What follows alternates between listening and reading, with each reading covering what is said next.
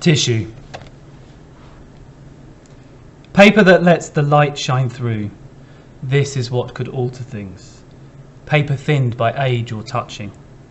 The kind you find in well-used books.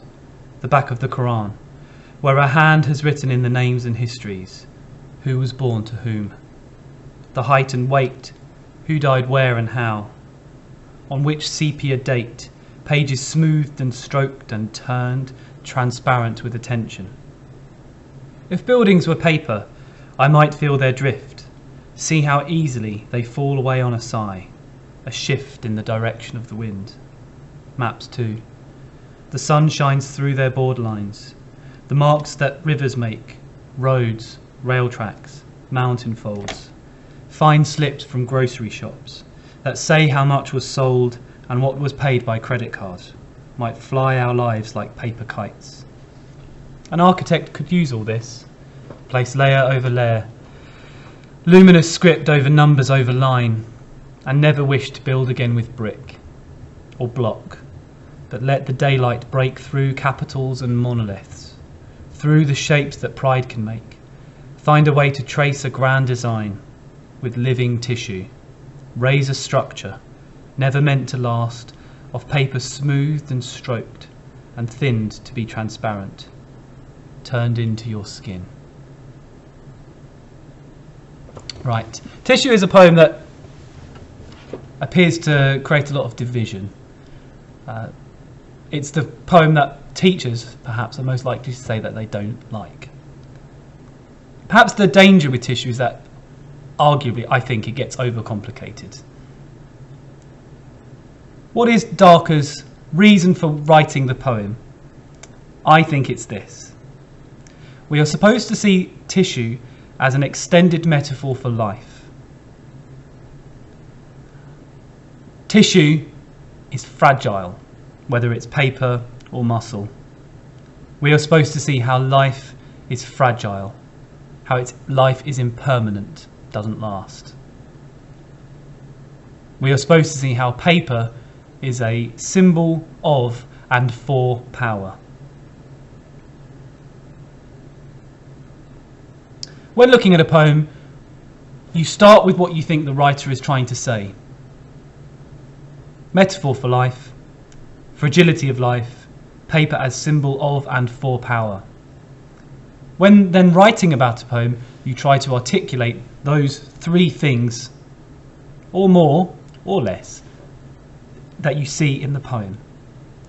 And ideally, you try and utilise some context to bring some of that stuff together.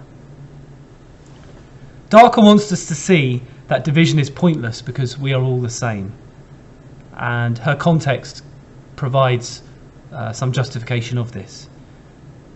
Darker was born in Pakistan, raised in Scotland, and lives in Wales. She is not a Muslim, but a Christian. So the labels that and the stereotypes that might ordinarily be attached to her may not necessarily apply. Though she's born in Pakistan and raised in Scotland and lived in Wales and lives in Wales, she's the same as everybody else.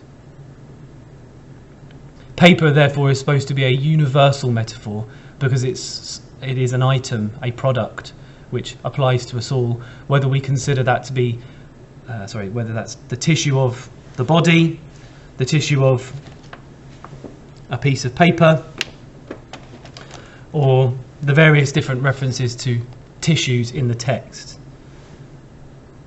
Let me briefly go through some of those things. The first stanza tells us that paper has the capacity to let light shine through. It can be used as a blockade, but there's always hope that shines through it. The second stanza makes reference to religious texts such as the Quran, which are used as products of power. If they are used and misused, if they're if misused in the wrong hands, then they have the potential to sow and cause some kind of destruction. But it's also a way of recording history, because we have the Quran being tied to the dates of births, the paper records, the personal history of individuals. As we move through, we're told about If buildings were paper, I might feel their drift. Perhaps a reference to how buildings sort of seem to be somewhat permanent, but they're not necessarily permanent. We have a similar thing with reference to maps and how maps create geographical borderlines, features which divide and separate, whether it's a border between something as seemingly trivial as Hertfordshire and Essex, or whether it's between different countries which have subsequently become war zones, whether it's Northern Ireland and the Republic of Ireland, Iraq and Iran, North Korea, South Korea. This is a universal problem for centuries. She then moves into the trivial, find slips from grocery shops that say how much was sold and what was paid by credit card might fly our lives like paper kites. And it's that last line of that 6th stanza which is one that you might focus on, because that last line, that simile, flying our lives like paper kites, suggests that money made from paper is something which affords other people power. Those who have it are powerful, those who do not have it are therefore by definition not powerful.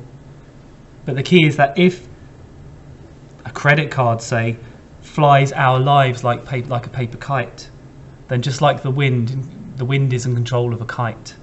Money controls us. We don't control money. The money is a cause of division, but we're not actually having any kind of agency over it. In the 7th stanza, I think the poem becomes somewhat more hopeful and optimistic.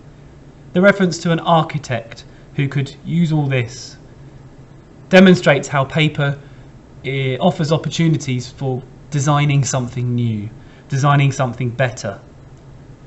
An architect could use all this, place layer over layer over layer, luminous script over numbers over line, and never wish to build again with brick.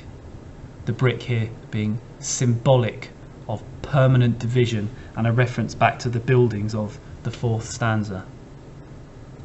And that hopeful, more positive, more optimistic message sort of finishes the poem.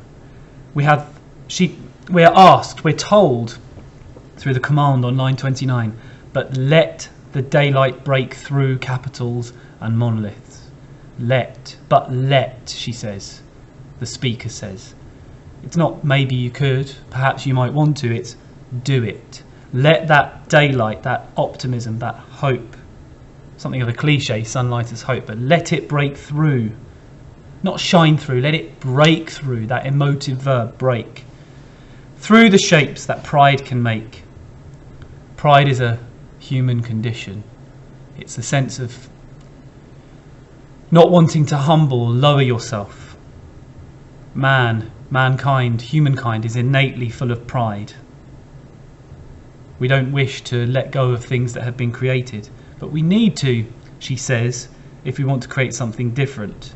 If we are to trace a grand design, if we are to create a master plan where human tissue, are more important than paper tissue, we need to let that hope spring forth.